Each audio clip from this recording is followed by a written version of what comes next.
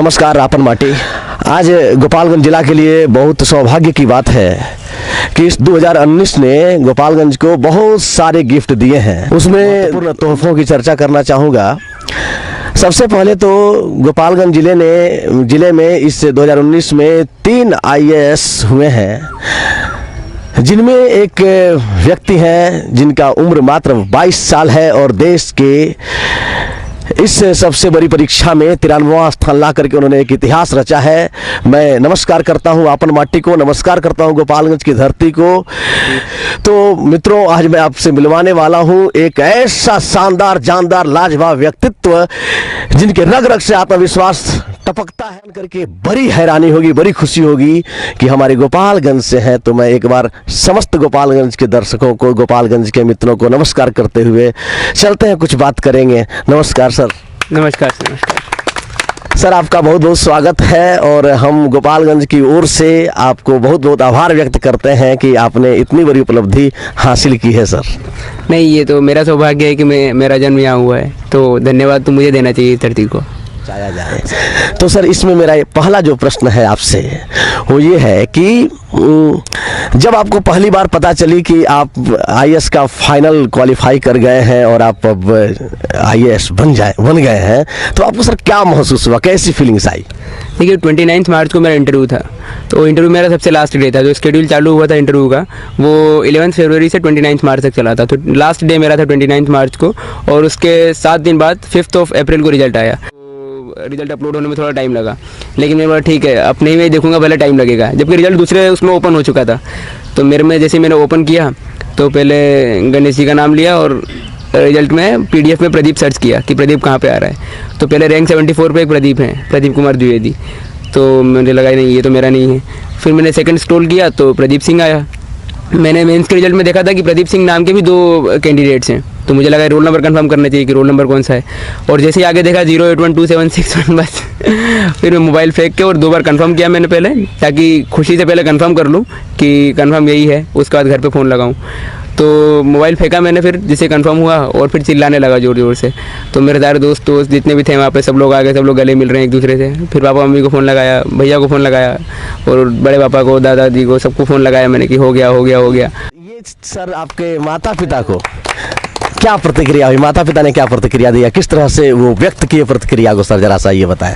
एक बड़ा कोइंसिडेंस था कि जब रिजल्ट आने वाला था तो मैंने घर पे बता दिया था कि रिजल्ट आने वाला है आज शाम को 6-7 बजे तक। तो उसी टाइम पे मम्मी भी मंदिर चली गई थी, पापा भी मंदिर चले गए थे और भैया भी मंदिर गए थे। तो तीनों लोग मंदिर में ही थे। भैया निकल रहे थे मंदिर से, पापा मंदिर में थे और मम्मी भी हनुमान जी के मंदिर में ही थी। जैसे मैंने फ़ोन लगाया तो पापा अलग, मम्मी अलग, भैया अलग, और तीनों की प्रतिक्रिया ऐसी कि पापा ने कंफर्म किया बार बार कि क्या, फिर से बताओ कौन सी रैंक। मैं 2-3 बार बताया कि 93 रैंक।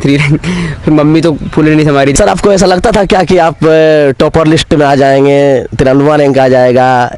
तो कोई सोच के नहीं रखता, क्योंकि 759 सीट्स थी, 782 सीट्स थी, तो उसमें ये तो बिल्कुल प्रेडिक्ट नहीं कर सकते कि कौन सी रैंक आएगी। हाँ, इतना थोड़ा कॉन्फिडेंस था कि my name would be in the list. Sir, आखिर आपके मन में IAS बनने का ख्याल क्यों आया? बचपन से ही मेरी परवरिश ऐसी हुई है और ऐसा ही बैकग्राउंड है हमारे पूरा कि ये एक ऐसा प्लेटफॉर्म इसको माना जाता है जहाँ से सबसे ज़्यादा चेंज लाया जा सकता है, और जहाँ से कोई भी व्यक्ति अगर उस पोस्ट पे जाता है तो वहाँ से पूरे सोसाइटी के लिए वो सोर्स ऑफ चेंज बन सकता है जी। तो ये बचपन से माइंड में था और माता पिता की भी और दादाजी की भी इच्छा थी कि मैं ये करूँ। इस यात्रा में, यह एक लंबी यात्रा है, बहुत मेहनत करना पड़ता है। हम लोगों ने भी सुना है कि IAS की पढ़ाई बहुत मुश्किल होती है, बहुत सारी परेशानियां आई होंगी। सर, आपने किस तरह से उन परेशानियों का सामना किया और कौन कौन सी विशेष दिक्कतें आपके सामने आई? परेशानियां तो बहुत थी, लेकिन परेशानियों को अगर कोई झेल नहीं पाए तो फिर सक्सेस तो मिलना ही नहीं है। सर, जब भी नेगेटिविटी आती थी आपके अंदर, जैसे कि अक्सर आना स्वाभाविक है, चूंकि आपने बहुत पहले ही इसको बीट कर लिया है, तो हो सकता है ज़्यादा नेगेटिविटी से सामना नहीं हुआ हो, फिर भी नेगेटिविटी आती है, उस दौरान आप क्या करते हैं? नेगेटिविटी तो बिल्कुल आएगी, क्योंकि after time of preparation you think that whether I would be able to do it और नॉट। तो ऐसा मन में आता है कि यार होगा कि नहीं होगा। तो उस टाइम पे मैं मंदिर जाता था, मतलब हनुमान जी का मंदिर जहाँ भी होता था पास में, या शिव जी का, तो वहाँ जाके बैठता था और हनुमान चालीसा पढ़ता था या फिर कुछ भी करता था, जाके बस वहाँ बैठ जाता था, ताकि ये मेरा हमेशा जो रूटीन रहा है कि मंगलवार को मैं जाता ही हूँ मंदिर। सर, IAS बनने के लिए सूत्र क्या है? कौन से वो 2-3 बातें हैं जिनको कोई फॉलो करे तो अपनी ज़िंदगी में IAS की परीक्षा पास कर जाएगा? नहीं, IAS की परीक्षा नहीं, कोई भी जीवन की परीक्षा हो। मैं तो बहुत छोटा हूँ, मतलब मैं एडवाइस नहीं दे सकता कि मुझसे बहुत बड़े बड़े लोग हैं। उम्र तो मेरी 22 साल ही है, तो मैं ऐसा नहीं सोचता, लेकिन मैं जितना इतनी उम्र में सीखा है उतना यही है कि कॉन्फिडेंस और सेल्फ डिटर्मिनेशन होना चाहिए, कि अगर मैं कोई चीज़ ठान लूँ तो उस करने के लिए बाकी सारी चीज़ों को छोड़ने का मादा होना चाहिए अंदर। कॉन्फिडेंस सर कैसे आता है? अपने आप से। अगर कॉन्फिडेंस बाहर से लेने जाएंगे कि दूसरों को देख के अगर कॉन्फिडेंस आएगा तो फिर वो कॉन्फिडेंस मेरे ख्याल से अच्छा नहीं है, लेकिन अगर जब कॉन्फिडेंस अंदर से आता है तो वो कॉन्फिडेंस ज़्यादा टाइम तक सस्टेन करता है। कॉन्फिडेंस सर मतलब मूलभूत चीज़ है जो कि आदमी को सफलता दिलाता है। बिल्कुल, कॉन्फिडेंस होना ही चाहिए, नहीं तो कॉन्फिडेंस अगर नहीं होगा तो कोई काम भी करना जाएंगे तो वो काम सफल नहीं होगा कभी। सर सुना है कि IAS के परीक्षा में बहुत तैयारी करनी पड़ती है, बहुत पढ़ना पड़ता है, बहुत पैसे खर्च होते हैं, इसके बारे में सर आपका क्या ख्याल है? बहुत पढ़ना पड़ता है, बहुत ज़्यादा टाइम देना पड़ता है, लेकिन बहुत ज़्यादा पैसे खर्च होते हैं, ये मैं सही नहीं मानता। कि अगर संसाधन आजकल इतने हो गया है, नेट पे सब कुछ अवेलेबल है और गूगल है, यूट्यूब है, वीडियोज़ इतने सारे हैं, ऑनलाइन लेक्चर्स हैं, उससे भी तैयारी हो सकती है। लेकिन उसमें यह है कि अगर कोई स्टूडेंट अगर डाइवर्ट नहीं होता है तो सेल्फ प्रिपरेशन हो सकती है। अदरवाइज़ थोड़े पैसे खर्च करने पड़ते हैं कि वो डाइवर्ट ना हो स्टूडेंट। तो पैसा खर्च करना ऐसा कोई नीड नहीं है, घर से भी तैयारी की जा सकती है, लेकिन बस उसके लिए थोड़ा प्रॉपर गाइडेंस और सेल्फ वो होना चाहिए कि हाँ मैं ये तैयारी कर लूँगा। सर इसके लिए कोचिंग का क्या मूल्य है? कोचिंग मुझे नहीं लगा, मैं जब कोचिंग गया तो मुझे लगा कि कोचिंग में थोड़ा टाइम ज़्यादा वेस्ट होता है, क्योंकि कोचिंग की स्पीड थोड़ी लो होती है और उस स्पीड में पढ़ने में मुझे मज़ा नहीं आता था। मुझे लगता था कि घर से ज़्यादा अच्छे से पढ़ सकते हैं हम। तो कोचिंग करना ना करना कोई ज़रूरी नहीं है UPSC के लिए। वहाँ से बस गाइडेंस मिलता है, कंपटीशन कितना है वो एक्सपोज हो जाता है, बेसिक सारी चीज़ें कवर हो जाती है और सीनियर फैकल्टीज़ का एक मेंटरशिप मिलती है।